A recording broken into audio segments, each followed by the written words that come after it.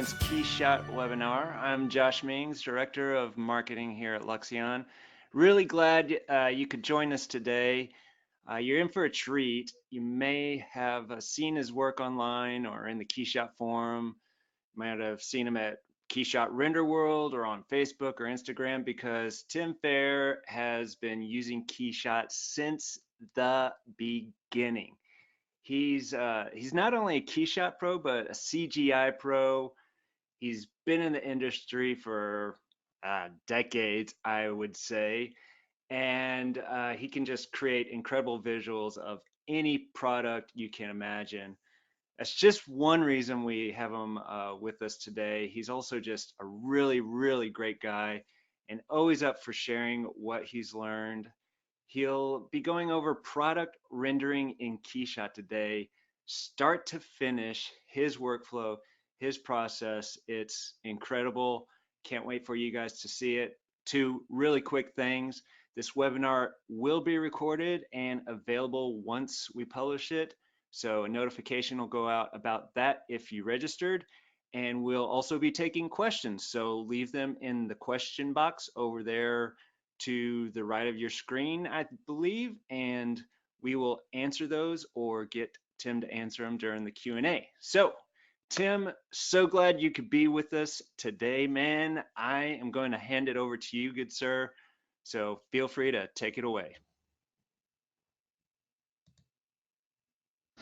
Thanks, Josh. Hello, everyone. I want to first, before I start, thank everyone for taking some time out of their day to be here on this webinar. Hopefully, I can share some tips and tricks with you, and yeah, just show what I've been doing for the past few years. Let me share my screen. Now, what I'm this workflow that I'll be showing, it can be applied to any industry: automotive, product, interiors, anything like that. This is how I do my work. This isn't the only way that you can do it. This is just how I do it. So some things hopefully is new, and let me just get started right away with this. What I'm going to do, and first, before I continue on, I want to apologize for all the ums that I will probably be saying throughout this webinar. There we go. I will import a model first. And when I usually import a model into KeyShot, it could go either way, keep original or snap to ground and center geometry. I'm going to keep center. I'm going to do the snap to ground and center geometry for this import. I'm importing an FBX model. I usually import Maya. I did pull this model from CG Access, and I use a lot of materials. And I'm sorry for the dog in the background barking.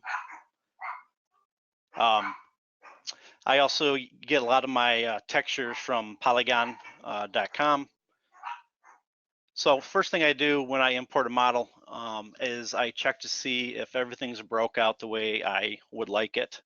So what I do here is I just turn everything off, and then I'll go through the parts one by one. Now, if it's a model that I've been working with, I don't have to do this because I've been working on it inside the 3D program, but if I got a model from somebody else and I just went right into KeyShot with it, this is what I'll do. So I'm just looking right now to see how many parts need to be separated more.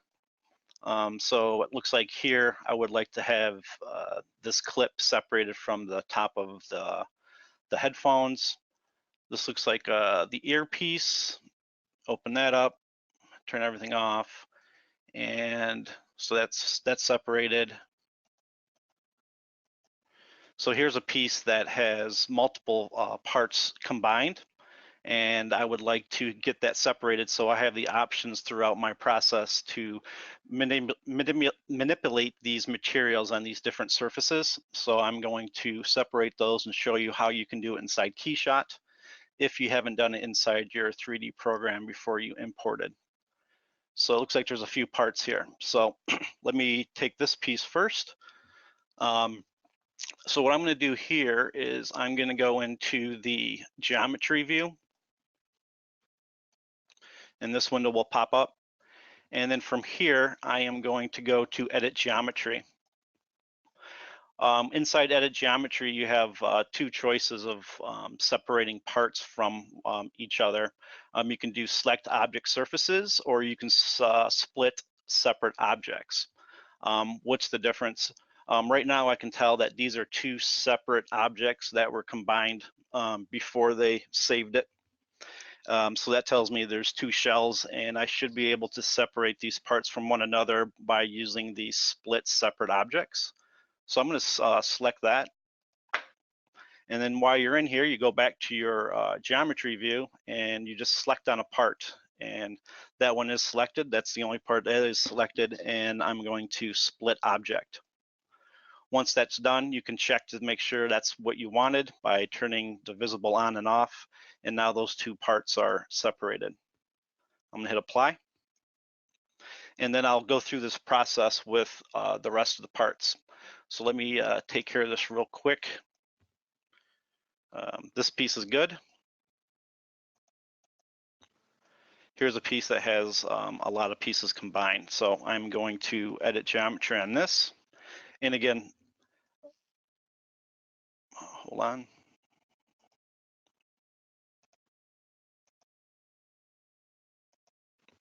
Make sure you select it. Okay, select the part, edit geometry. I'm going to do split surfaces again, our objects, I mean. Hit select. And while you're in this view now, I can select on different parts, split. I want this little round piece split. And there's two pieces here. And, you know, depending on the design, they could be together, but for our purposes, I want them separated so I have more opportunities to change materials. So I'll select on that one and split and hit apply. Okay, I'm not going to go through all of these. I do have another file that's already set up, but I do want to do this one more time with one more piece to show you what can happen sometimes. There, that's the piece I want. So on this piece, I'm going to edit geometry, and I'm thinking, hey, the other side went very well. I'm going to do this again with separate objects. And now I'll separate these. That one's separated, that one's separated. Now this piece here is all one piece. So this outside piece and this inside piece is one. I can't separate them doing it this way, and that's okay. So I'm gonna hit apply so I can get at least these separated.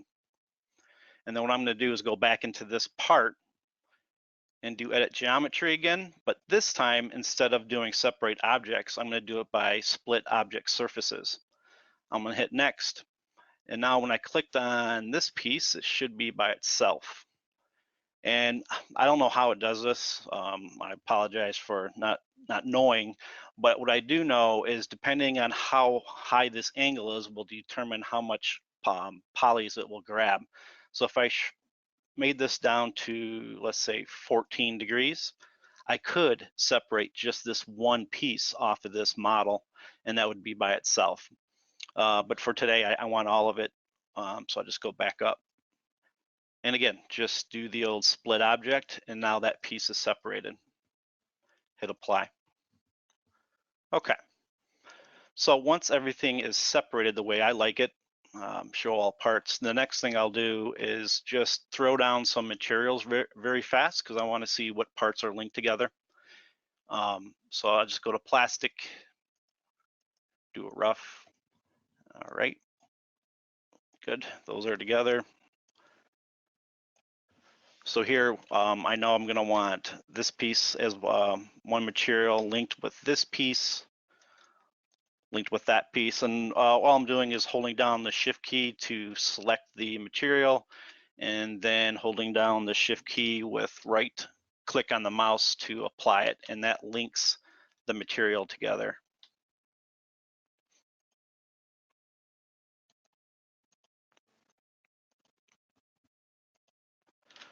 Okay, now I would go back in here and separate these more, and I have a model that's already done, so I'm going to go to that model in a minute. But I just wanted to show you what I do to just to make sure everything's separated the way I want it. Let me turn off this view. There we go. So now here I have that in red. I need the other side to be linked. Technically, I would want these clips up here to be linked together with that red, and I'll show you that in a minute. And then these pieces will be the same material. Okay, so once I have that done, I can tell instantly what parts are, or what materials will be linked together and what materials will not be. And then that's when I will go back into creating my my different materials for these different surfaces. And I do everything inside the Studio Dome because that gives me I have no real dark side and light side to the lighting, so I can see the materials pretty well throughout the spin of the product when I'm making materials. So I do not worry about lighting at this point. The only thing I'm concerned about is I'm not concerned about angles, the environment. I am just concerned about making the materials for the part. Now, if your client gives you samples of what the materials should look like, that's a big benefit. But for today, we can just make our own. So very first thing I'll do, I'm just going to work on this side of this piece. I'll do one material. I want to go over the material graph a little bit with you guys and how I tackle that and how I view it.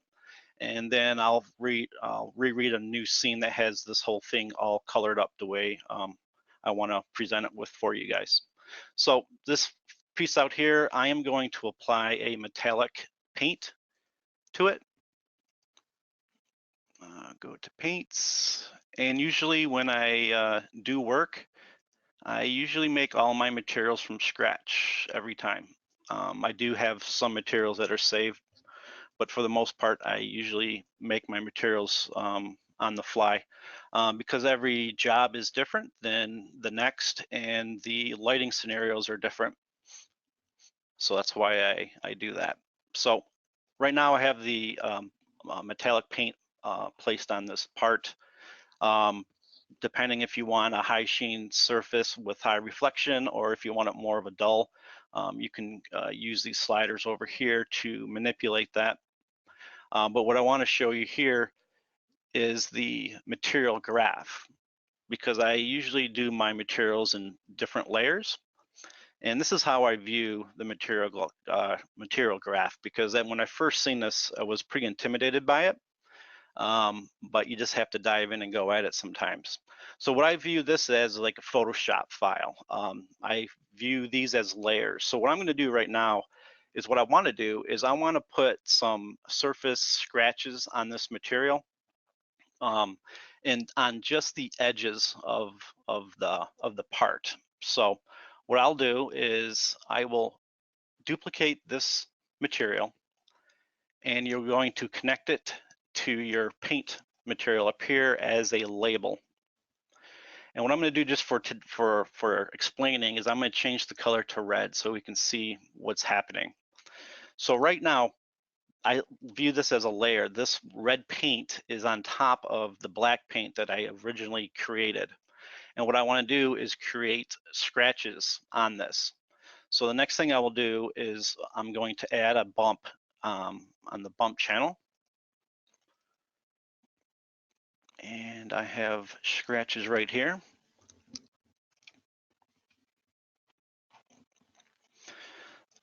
Now, this is very easy to see on this material, but sometimes it's hard to see the textures when you apply them or the bumps.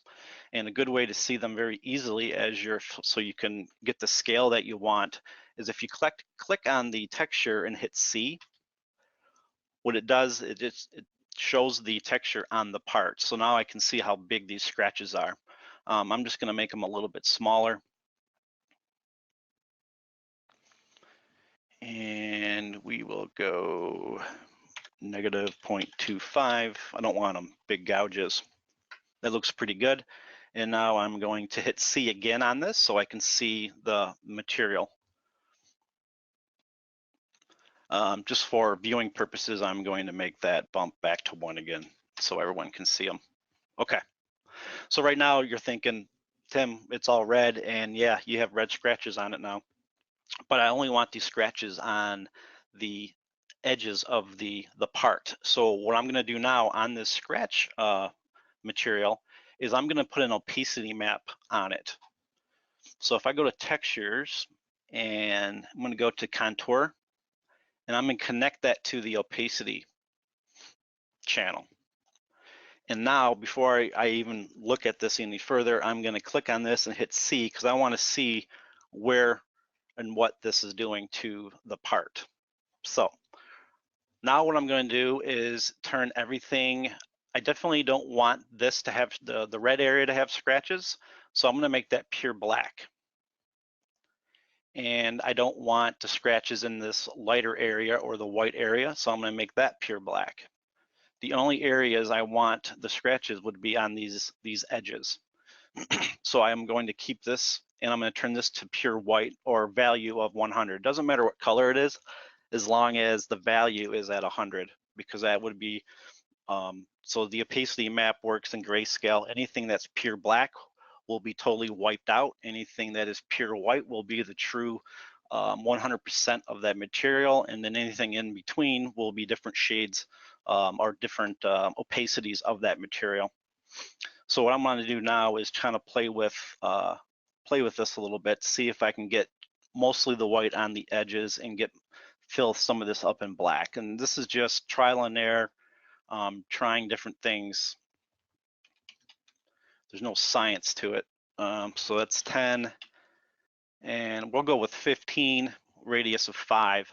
And now when I turn this back on so I can see my material, you should see most of this material be black, and just the scratches will be in the red area. So here we go. So now when I zoom in, you can see that the scratches are only in the red area of the part. I'm gonna see if I can feather that a little bit. A little bigger radius, give you a little bit more feather out here. And it looks really weird because I have this as red. So I'm gonna go back to the black.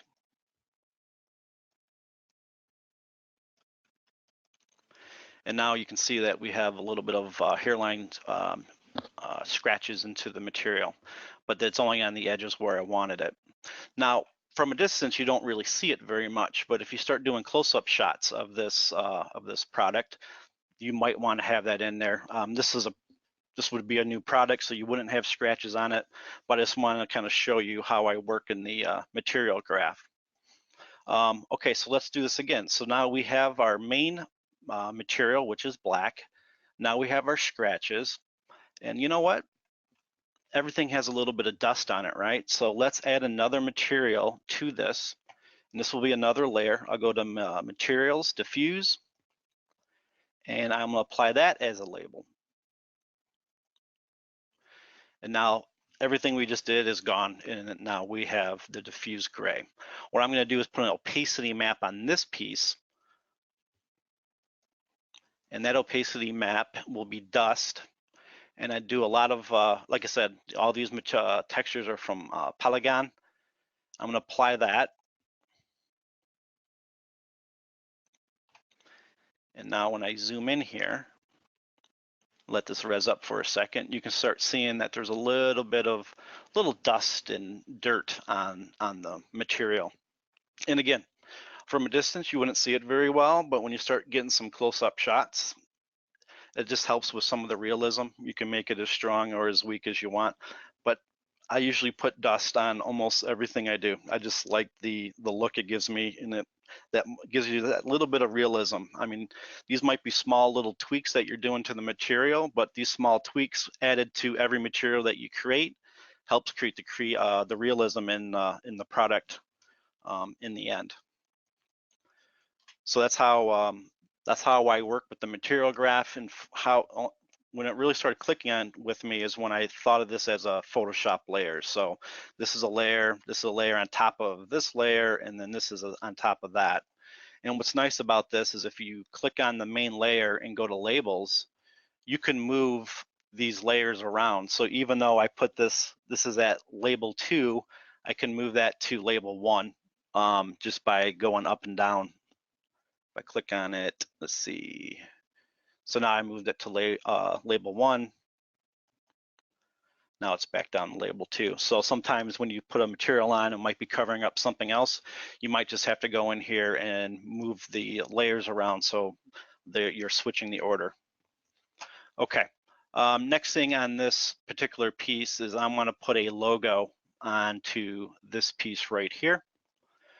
So again, I am going to add another material. I'm gonna put metal on here this time and add that as a label. And now everything turned to chrome. And now I'm gonna go get a label to put on here. Go to the opacity map. Now, if you have a label that's already colored up and that's what you wanna use, you can put it onto the color map or the color channel. I usually like to do all my labels with materials. So any labels I do opacity maps. So I'm just gonna grab the KeyShot logo because it's already made. And as you can see, it's really big. I'm gonna go in here. I will adjust the size of this.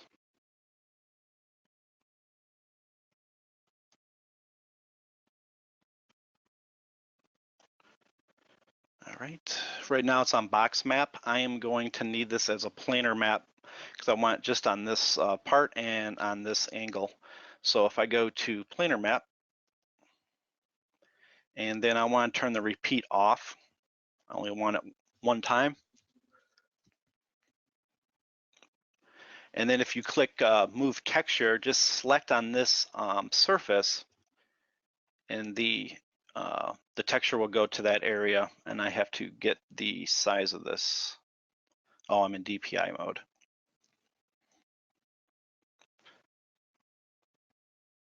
There we go. So what's nice about this is that no matter what surface you click on, it will turn that to that angle. So if I shoot it over here, if I go to the side, the plane is going on the angle of the surface I clicked. So anyways, I'm gonna go back to here, and this is where I want it. Now you'll notice if I flip over to the other side, you'll see that I have that logo over here. All you have to do is turn off two-sided, and that will go away. Now what's nice about doing your labels this way is you have full control now over this logo. So if in the future that logo changes color, or you wanted to just see some different materials of what that logo could have, it's very easy to change. So if I go into metals, we'll go measured, turn it to gold, can turn it to copper. I can make it a rainbow. So you have a lot of control over that label now on colors. And then I would do the same thing on the other side so it matches. So what I'm gonna do right now, oh, let's talk about this little guy because I wanna go over a little bit of displacement map. So right now we have this, looks like we can go leather, we can go like a velvety type of material. I'm gonna put velvet on here.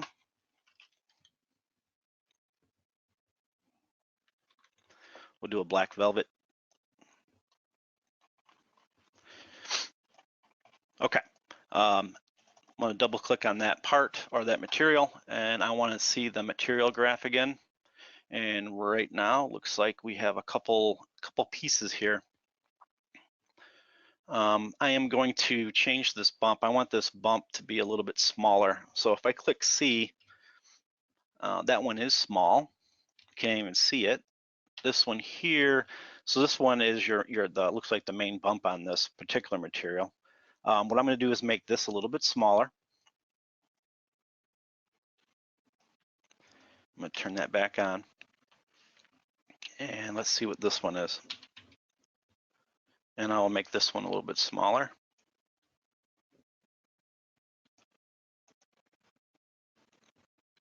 All right, so what we have here is I want this to be velvet. I want it to appear very, very soft.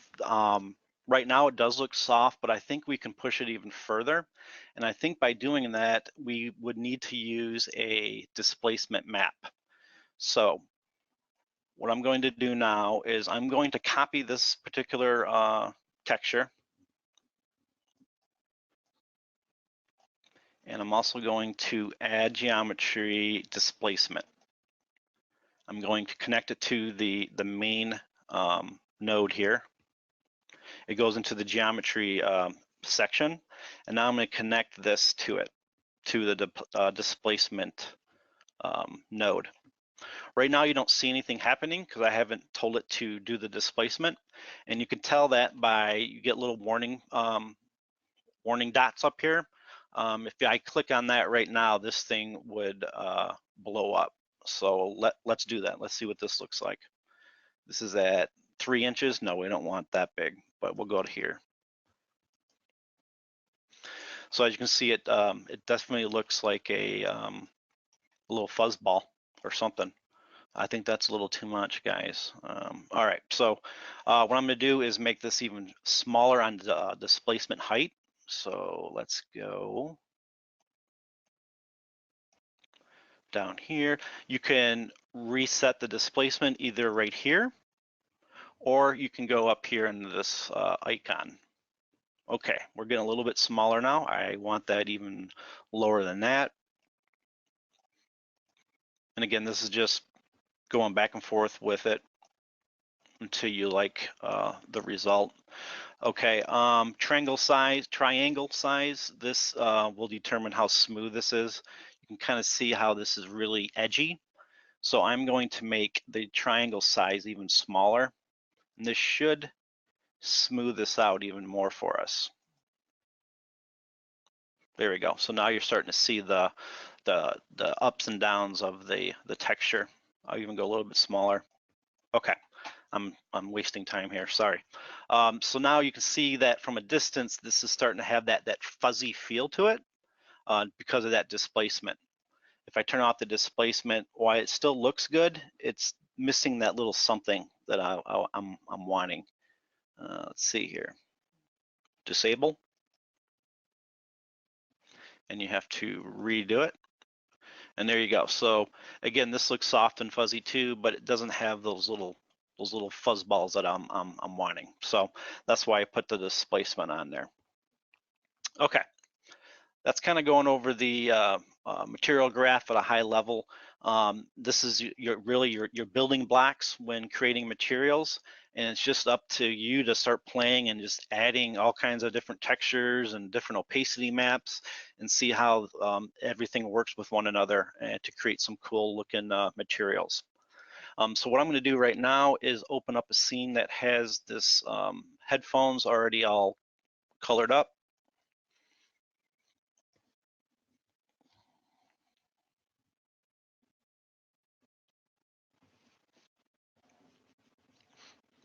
Okay. So here we have our main product. Now, what I would do from here is right now, if you click on any of these materials, you'll see that there's only one material assigned to it. If this is a product shot and you're gonna be doing a lot of shots with it for marketing, what I would do is create all the materials and all the different color schemes for this and add it to this part. I've already created materials for this to show, so I'm going to go into my materials that I've created, and what I'm going to do right now is I'm going to double click on the outside material, and you have a tab here called MultiMaterial. If you select on that, you'll get a box that has where you can slide different materials into. You can either duplicate this one and change the colors and then the name, or if you've already pre-made them and you have them saved into your library over here, you can just slide them into this window. And all I'm doing right now is just adding a series of materials.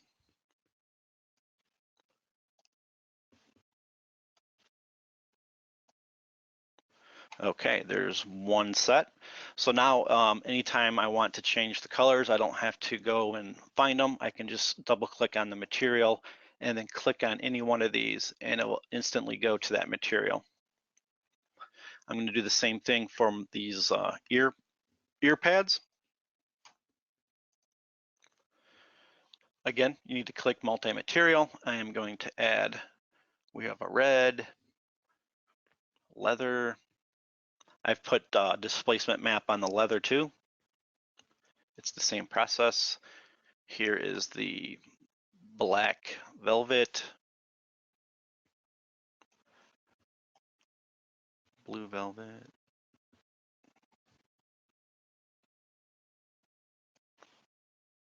Okay, we got that.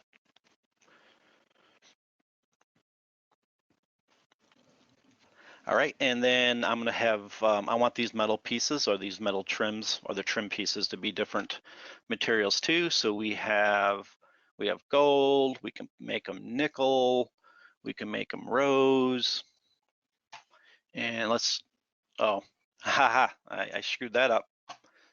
I didn't do my multi-material. So we have rose, try that again, nickel, gold, and let's just do one more. We'll do silver.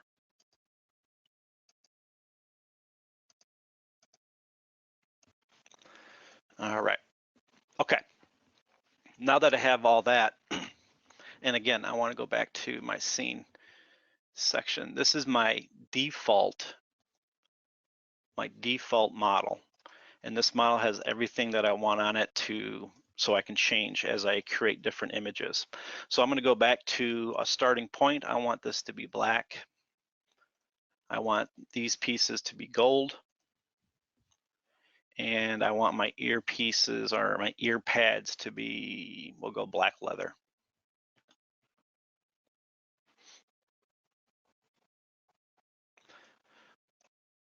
Hit this tells me I gotta hit my displacement.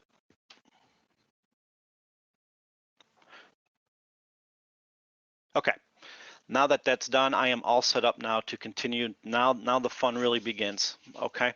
So what I'm going to do now is I'm gonna do different shots of this headphones, and I'm gonna keep it all in one file. So the very first thing I'm going to do is I want to make a model set.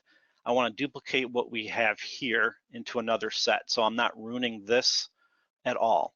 So if you go to, what you gotta do is, if this isn't open in your, in your KeyShot, there's a little arrow here. Just click on it, opens up this dialog, and we want to hit the plus sign. You have a couple options here. Link materials, I definitely want to link materials, so if I change the material in one scene, it will change them in all my different model sets. So I'm going to keep that selected, and I'm going to call this Studio. We'll call it Studio 1, okay? And now I'm going to hit OK. So what that did for me is I have a model here. It's called Studio 1. I can turn that off and everything disappears, and then I still have my default of where I made the original materials on over here. Okay, I'm gonna go back to Studio 1 because that's what I'm gonna be working with. I need to light this, so I am going to make my lighting, I'm gonna rename this and call it Studio 1. Okay. I haven't picked an angle yet, but I definitely want this image style. I want this to be called Studio 1. So let's work on an angle real quick. If I go back to my scene, my object, I'm going to rotate this a little bit.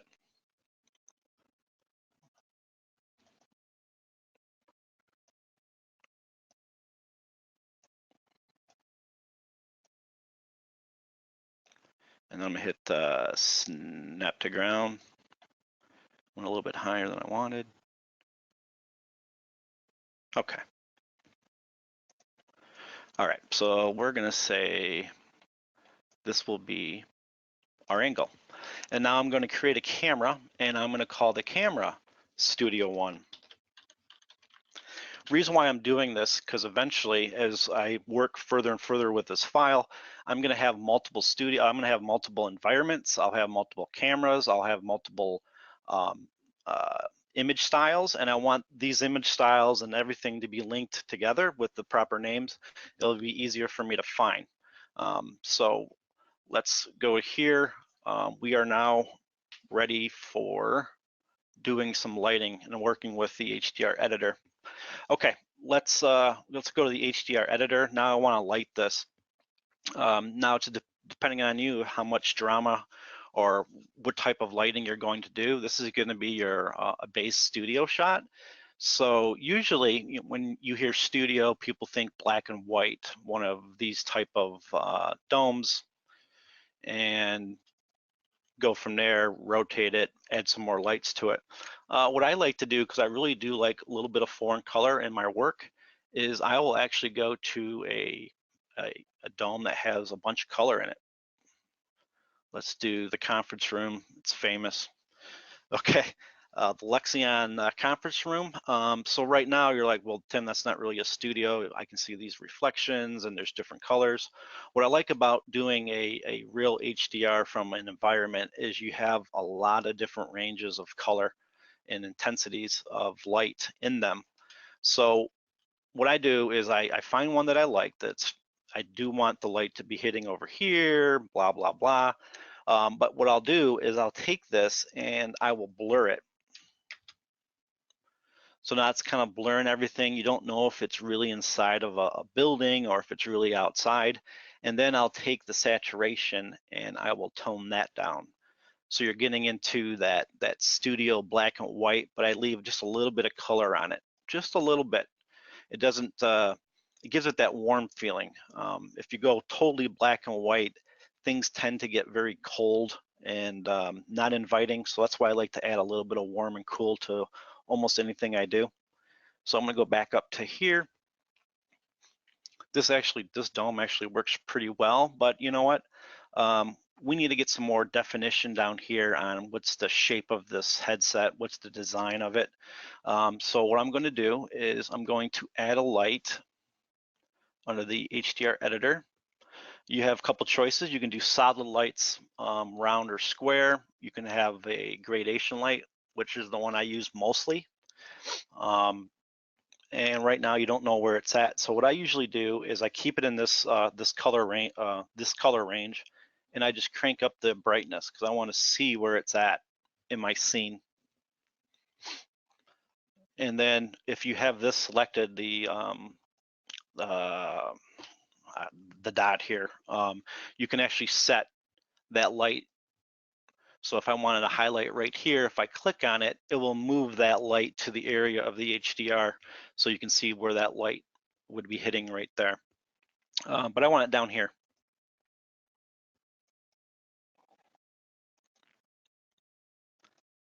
Okay, we can make it the radius smaller because I just want to see this underneath here just a little bit brighter. So now, once I have that in location is when I will change it to, I can change it to white or any color that you want. I'm gonna make the second one a little bit darker. Now, if I turn this on and off, you can see now that we've actually pulled this out a little bit. Might be a little bit strong still, so I'll go back into that particular one and decrease the brightness of it. You can do it that way, or you can actually change the color of the light so it's not white, it's more of a gray, and you can sometimes get different effects when you do that, but I'm just going to change the brightness. Okay, so that's how I would sit here and I would light this all up the way I want it, and then once that's done, I would save this off. And then next thing I would do is go to my studio, and this is where you can change the gamma of the whole scene, the exposure. This is where you do some fine tweaking to it, vignette, the bloom. Let's see, we'll call this done on this part. Okay, now let's do one more scene. So what I'm gonna do is go back to my default. This is where it all started.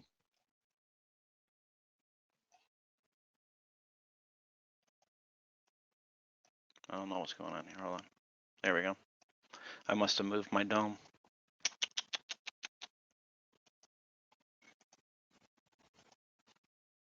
All right, sorry about that. Okay, I'm gonna go to my default. Just gonna hit that.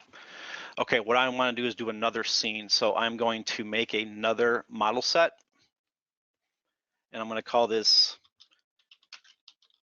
in situ. I want to link the materials, and I'm going to hit OK. Okay, great. Now I'm going to make a brand new environment. I'll just make a blank one. I'm going to call that in situ, and I will call we need a new one of these image styles. I'll call that in situ. Okay. All right, this one I'm going to actually put a backplate on it. So what I'm going to do is go to my file here, and I'm going to add this backplate. I'm going to move a little bit faster because it looks like we're running out of time. So now that I have this here, I need to match the angle because I want to place these right on top of the computer. This one's actually pretty easy. You can do it by eye, but I just want to kind of go over this the match backplate perspective. So if I select that, I'm going to do 2-point perspective. And what I'm going to do is just, I need to find angles. So on my X, I'm going to move this here. And then we'll do the same over here. So there's my X. And now I'll do my Z. I'll put it here. Whoops. And I will put that one there. Okay, and that's one thing I forgot to do here is I forgot to move this model so it was flat. All right, so if I go back to my scenes, I am on my in situ. This model here is at a -90. I want this to be flat on the ground. So I'm going to make that 0. And now I need to move it real quick. All right, we'll move this down. Where's my ground? There it is. Right here, we'll do this.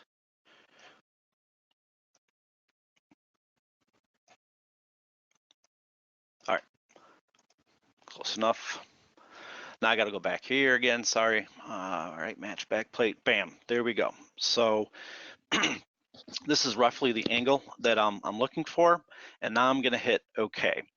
What I don't want to do from this point, now that I have the basic aspect ratio and perspective of this backplate, I don't want to move this part by my distance twist and all that fun stuff. What I want to go into is my absolute, because I want to keep this on the same plane as it is. So right now I'm at 21.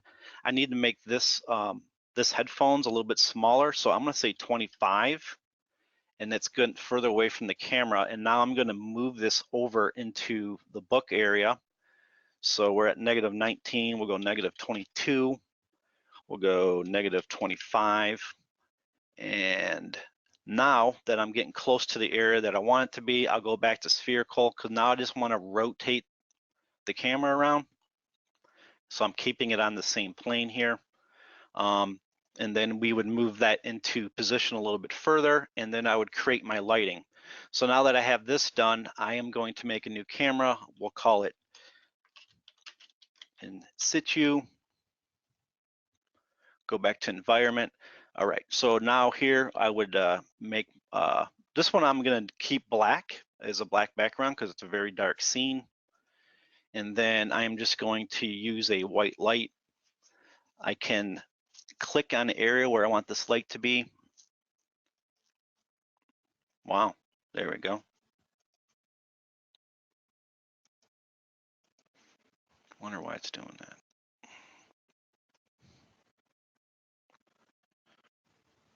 There we go. And then I would, now what I'm going to do is I need to have the same color family as the background. So if I click on my light and my little dropper, and I'm going to pick on the screen here, and now I have the light of the same color that's coming off of this, and I would place lights all over the place to make this fit in there. So what I'm going to, we're going to say this is done for right now, and what I want to show you is now that I have 2 scenes in here. I have in situ, I have studio, I have 2 environments, I have 2 cameras, and I also have Okay, let's just do photographic on this one, just to play with that a little bit. So this is, we'll call that in situ. Well, right now, if I want to go back to my studio, I have to go to studio, because you notice that the studio one is a vertical position, while the in situ is horizontal. So now I got to go to this studio, then I have to go to my environment, and I have to remember, oh yeah, I got to do this studio here. To solve that is on one click. They have these studios that you can create. So when you click on the studio here, you'll have a little drop down, and what I'm going to do is create a studio, and I'm going to call it Studio One. Now I'm going to select what I want inside this studio. I want this camera in studio. Nope, I don't want that camera. I want Studio One camera. I want environment, I want Studio One. Image style, I want Studio One. And then my model set, I want Studio One. So now that one is created. What I'm going to do now is go into my next one, which is in situ.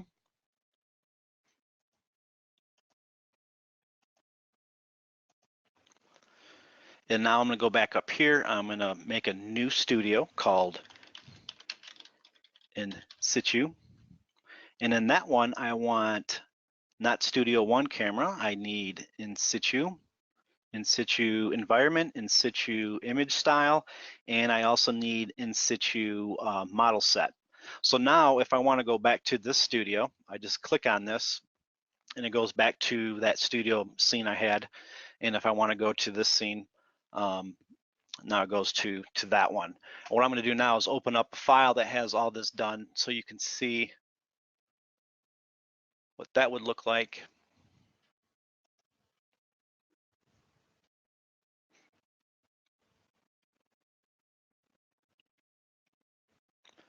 It's going to take a minute to load just because of the displacements I have on it. It's almost done. And then I'm going to go into Photoshop real quick.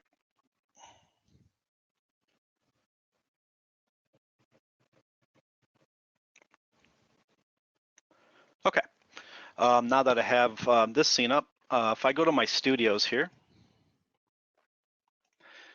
I have Studio One, which you see what we have here. We have in situ, all lit up. And then I don't have time, but I was going to show you the pattern. When you want, sometimes when you do your products, you have multiple products at one time showing the different color variants. So I was going to show you how I'm not increasing the file size of my my KeyShot file by doing a pattern of this, the headset. When you do that, I still have the capability to change these to all the different materials that we applied on it on the default one. So if I turn off the layout one and go back to my default, you can see I only have one product in there, and it's in the vertical position. And then my studio is actually at a different angle. And then the in situ obviously is at another angle, and then the layout. So that's how I work product type imagery. What's good about doing it this way is you keep it all in one file. You can very quickly go from one angle to the next to make sure to verify that your lighting hasn't changed drastically from one angle to the next. When you do that with separate files, sometimes your lighting gets off and it doesn't look like it's from the same lighting situation. But let's just go over real quick my rendering settings. Now, when I get ready to render, in doing this this way, you're also setting yourself up to use the configurator inside KeyShot. I'm not going to go over that today, but when you set up your files this way, making a configurator is much easier because everything's pretty much done for you. Just a matter of you just clicking on a couple buttons, and then the next thing you know, you have a configurator made that you can send to your client to view. So let's just talk about the renders and what my render settings are. On this shot here,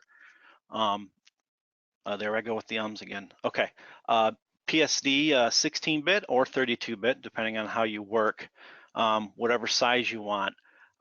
With the render passes, there's a bunch here for you to choose. These are the ones I use the most.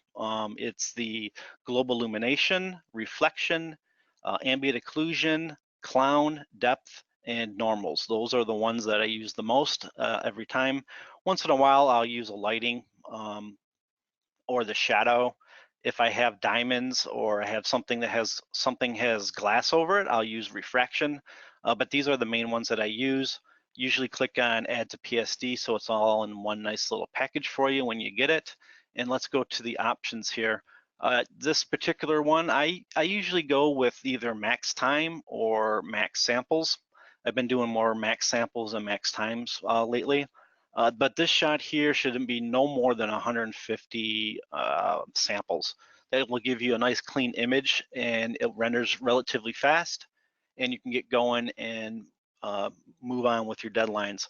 You can increase this to 500, but the quality difference isn't worth the time that's spent waiting for it. So I usually render, usually between 100 and 250 samples when I do my imagery. Anything automotive on the exterior, it's no more than 150. Interiors, I'll increase it up to 450, sometimes even just 300. But these numbers aren't very, very high or crazy. So without further ado, we're going to pretend that we just rendered this, and we are going to go into Photoshop because I do want to show you that real quick. Okay, so now that this has been rendered, I'm in Photoshop. What I have here is our main rendering. I have rendered it with an alpha, and I also have all my render passes. So if I open up this folder, you have your clown pass, ambient occlusion pass, reflection pass, global illumination pass, and then this normals pass. And this is the one I really want to show you how I use a normals pass. There's different ways of using it, but I want to show you how I use it. I'm sure other people use the same way I do. I just haven't seen it shown that way. And then there's also this diffuse pass, not diffuse, this is your depth pass. So the first thing I'm going to do is create my depth pass because I want to possibly do some lens blur on this at the end. So if I go to image, this is in 32-bit, it comes out 32-bit EXR. I'm going to go to adjustments, exposure. I'm going to take the exposure way down. This is the white point, which will be furthest from the camera. So I'm going to pick somewhere over here. This is my black point. This would be the closest to the camera. So this would be the most in focus. I'm going to click right there. I'll just say that's good. Now from here, how do I transfer this to my other PSD? If you do a Control A, you select everything on the screen, and then Control V, I'm actually copying it. So now I go back to my working file, I go to channels, I make a new layer in my channels and do Control Shift V. Ha. Well, that didn't work. Hold on. Go back over here. Control C.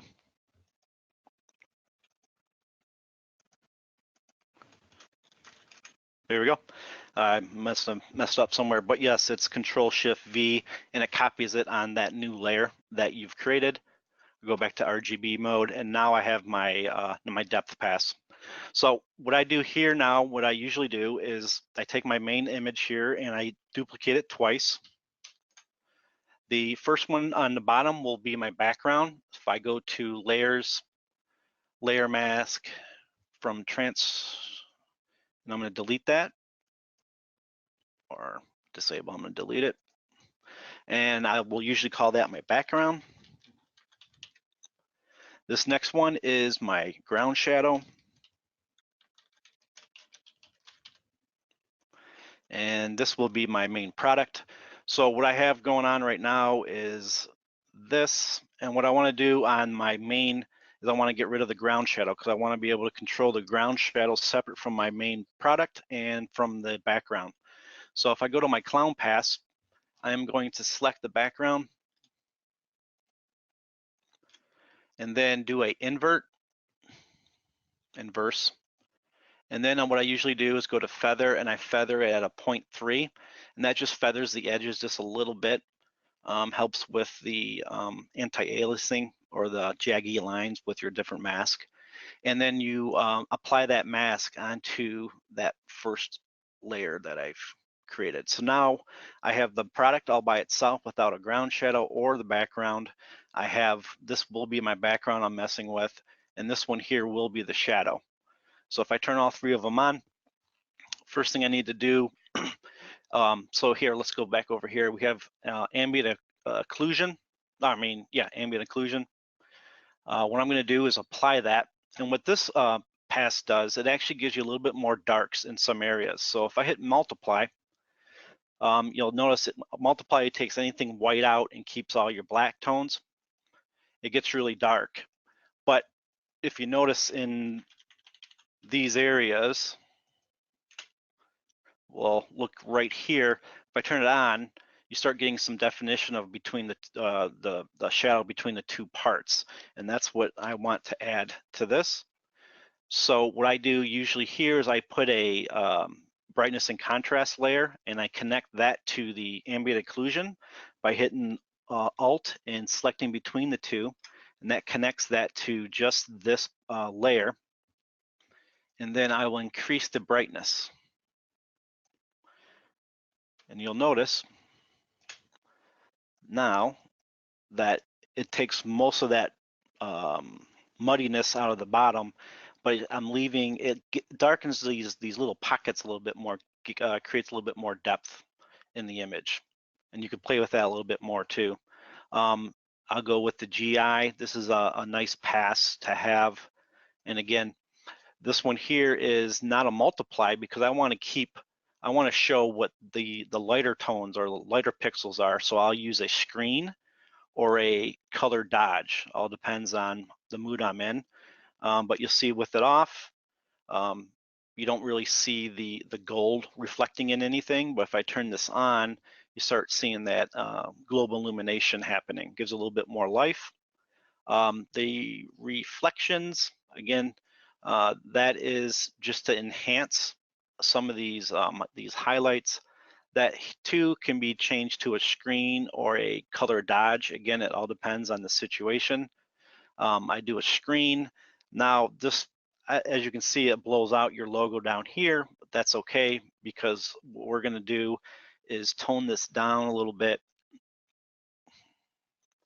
and then we'll put a mask on it, and I will just wipe out this area of the reflection pass. Now I'll duplicate this reflection pass and just use it for certain areas of the part if needed. But that's the basic use for the reflection pass, just to enhance some of the areas a little bit more. But the thing I really wanted to show you guys, I'm excited to show you guys today, is this normals pass. I get asked a lot, what do you do with this? Well, let me show you how I use it. So looking at this image right now as it is, I feel that this area of the part is looking pretty flat. There's really no dimension. I don't see a real true roll going down. So if I look at the normals map, I can see that there's a nice line right through here in green. So if I go to my clown pass, I am going to select this area. Okay. And now I will select the normals pass and go to select color range. When you're in here in color range, you want to make sure you have localized color clusters selected and detect faces. That doesn't have to be on, but I usually just turn it on. And what I'm going to do now is just click on this green area, and it will highlight just the green pixels. I can take the fuzziness of it so I can make it more condensed, or I can have it fuzz out. The range could be more of wherever I click on the part. What I usually do is keep the range at 100%, and I control the fuzzies to somewhere around 9900 all the way up to 200. I don't usually go below 100 on this, but let me select it at 100. I'm gonna hit OK. Now I will show you what I do. So from here, I will make a new layer called, we'll call it levels. And I'm going to take the midpoint out of it. And now you can see that I'm starting to get that highlight on the part, and I didn't have to go with my my masking tool or my pen tool and make a clip around this area to lighten that up. I'm going to do it through the normals map. So another thing I would do, so let's say I wanted just this face to be brighter. What I would do is go into my clown pass. I would select just that part, have the normals pass selected, go to select color range, and now I'm going to select on the red, and you'll see that's just going to give me the pixels in that area. Depending on where you pick on it, we'll pick different different colors, or it'll give you different paths. But I want the red one. I'm going to select that and say OK. Turn that off, and now I'll make another layer. And again, I didn't have to cut any mask out. I did it all through that normals pass, and you can get some really nice results with it working that way. And if I turn this on, you'll see that that's what that pass or that map looks like. And in the end, when it's all said and done and you've played with this a little bit more, you get an image that looks something like this possibly. You can add some text, and now you have a nice, nice marketing piece to it. I know I kind of rushed this at the end, but I talk a lot, and I am ready for any type of questions you guys might have. All right. Oh my goodness, that was just a whirlwind of awesome information and tips. I learned a few things there, and we have a lot of good questions too. I think we will start with yeah, let's start with your computer. We didn't get that out of the way at the beginning. What computer specs are you running there, Tim? What I have here is a 32, this is a Threadripper, 32 core, 64 threaded. I don't know all the numbers that go with it. I just know it's a Threadripper, the latest one that's out there, Hmm.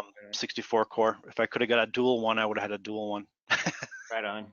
So you like as many threads, core CPU threads and cores as you can throw at it. Yep, the one I had before this was a workstation. I had dual Xeons. It was 32 threaded.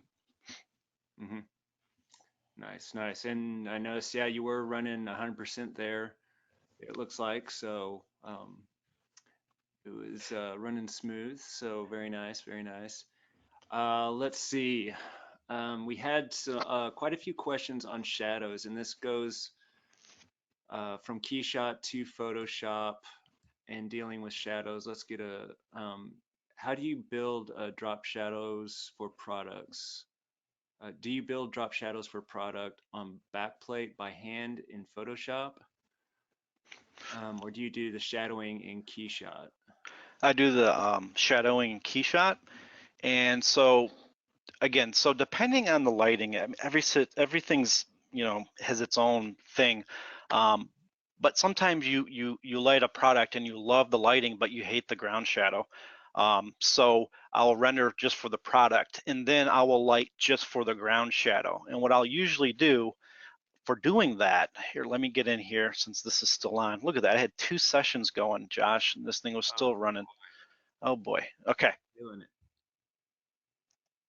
here we go. So let's just say this is the ground shadow that I wanted, but I didn't like what's happening here. What I will usually do is light just for the ground shadow. And again, I would make the environment called ground shadow only, blah, blah, blah. And then what I do is I take the part and I will go into materials, go to light, take an emissive shader, and I'm going to apply it to the part. Wait for it. Come on.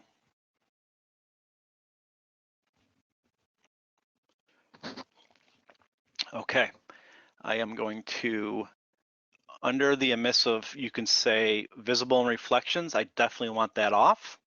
But I want to say visible in shadows. I definitely want to see that because you'll see that my shadows just came back on. And then I want to turn this so it's invisible to the camera. And we want to make that black. If you kept the emissive with color and you have global illumination on, you'll see the color of your light. So if you make your the emissive black, that disappears. So what I'll do from here now is I will render this, but I will change my background to black. Hold on. All right. Oh, because I have this locked. Unlock it. Okay. I'll change my background to black. And then I render that out with your alpha mask. And when it renders out, you'll see just the black shadow, and then you apply that into your Photoshop. If I render this with a white background or the background as is, when you apply it, you'll have the white halo around the shadow, and you'll have to do a different type of overlay. Could be a multiplier or a screen. But which works when you're in Photoshop. What doesn't work is when you try to save that out as a PNG, because then that doesn't take effect. You'll have the halos again. So that's why I rendered on black. So no matter what, if I have to save off that image with a transparent background, it's always going to be black. I don't have to worry about the white halo. Hopefully that answer your question. That is a great tip. Thanks for sharing that. Okay, let's see. So you were talking about working with polygon textures. You use some there. We've had tutorials on that. Some people still kind of struggle with applying the polygon textures over in KeyShot. Do you have some tips on how you work with those, or maybe how you get the polygon output over into KeyShot? Yeah.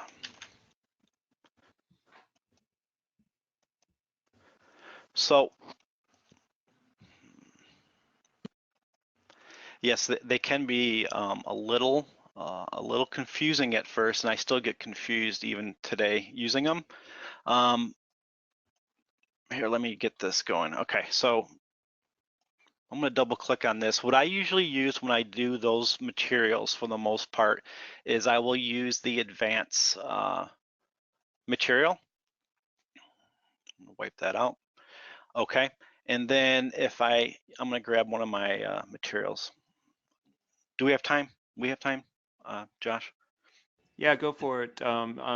If you have to hop off, we will record this and it will be up after we get it published on KeyShot and our YouTube channel. So thanks for joining us. We'll go here a little bit longer, but if you have to jump off, we will keep this recorded. So yeah, keep on going, Tim. Okay. So what I usually do is I make it an advanced material, okay? And then I'll go into my textures here. I'm gonna get rid of this one. And now I have a set of textures from Polygon. You have color, you have gloss, normal, and reflection. So the color one goes into the color channel. Here's where it gets a little funny. Your specular, you don't want to use gloss, you want to use reflection, or you reflect, because usually that is where it's going to store any type of color that was with the texture. The gloss is just the sheen of the material, the shine of it. So I'll take the gloss that goes into the specular. The normal goes into the bump, and then what I've found is you gotta make sure you turn normal bump on. The bumps are usually at negatives. Our default here in KeyShot is positives. Usually when you use these, you need to go into the negative realm. The next thing that you need to do, so you can start seeing this happen, is you gotta turn Fresnel off. Okay, and now here's the winner, is this gloss goes into roughness.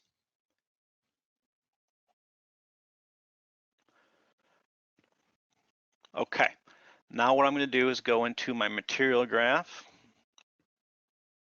Wow, I had all these other ones in here. Hold on. Ooh. That's going to be very, very confusing. All right, so we'll go ahead and get rid of that one. Get rid of that one. Get rid of this one.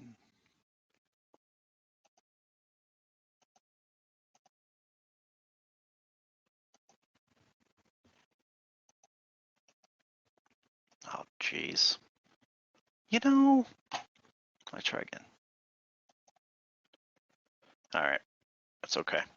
So we got this down here. What do we? Oh man, sorry guys. I didn't think that was gonna happen that way.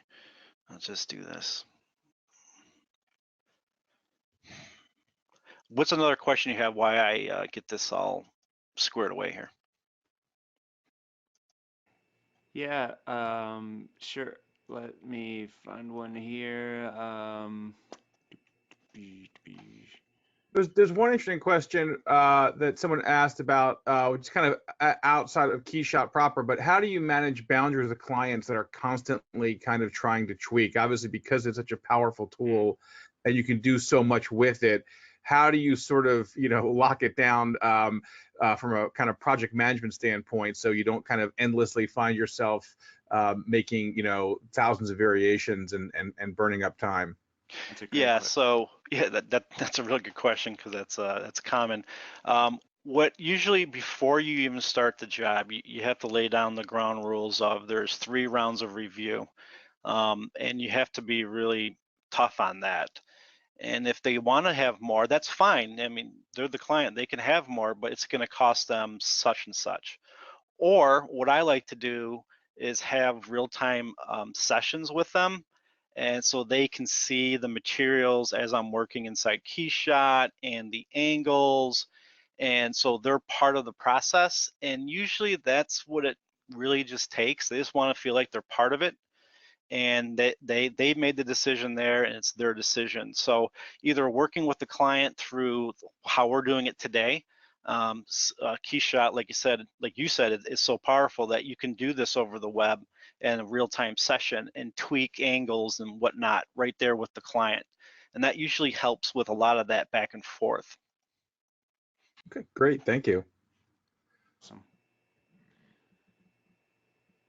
And of course, it's your relationship that you have with your client too, on how far you will go with before you say, no, no, no, no more. You need to pay me. Depending on how big the tweak is, though, too. So one question as well is what are the ideal file types and settings for importing from SolidWorks or Fusion 360? I don't know if you want to tackle that one. So SolidWorks, I usually import at a tessellation of 0.2. I think the default's 0.1. And then I will sometimes, depending on what type of shot it is, I will add, I forgot what you call it. So it gives you some rounding of the edges. The other one, I haven't had too many of the latter of the file format you talked about. Fusion 360. How much do Yeah. you find that sort of trial and error when you're importing files? It's an adventure on every import. Awesome. One question that has come up a couple of times is on the webinars and kind of having them posted. Just so you know, yeah, Josh posts all the webinars. If you go on the website, you can see where the webinars are posted under the resources learning webinars option, and then we usually post them within 24 hours of the webinar, and those are free to check out. They go all the way back to as long as we've had them, Josh, if I'm not mistaken. So that's a great resource. A couple people asked for the configurator. About 2 or 3 months ago, we did a webinar on the configurator, so that's a great place to dig in for more information if you're curious about using MultiMaterials and some of the things that Tim showed and how those can be utilized for the configurator and viewer. Yeah, I just want to I just want to throw out when it comes to importing models. I have worked on projects where I've imported an FBX, an OBJ, a step, and another file format, some type of CAD format too, all in one scene, and everything played nice with one another. Sure, I might have had to visually scale one of those models, but in the end, I was able to use different formats of models inside KeyShot and keep working. I didn't have to go and convert everything to one file format and then import everything in. So to me, that's a huge benefit. It's a huge time saver to be able to know, no matter pretty much whatever file format I get from the client, I can import and pretty much get going right away.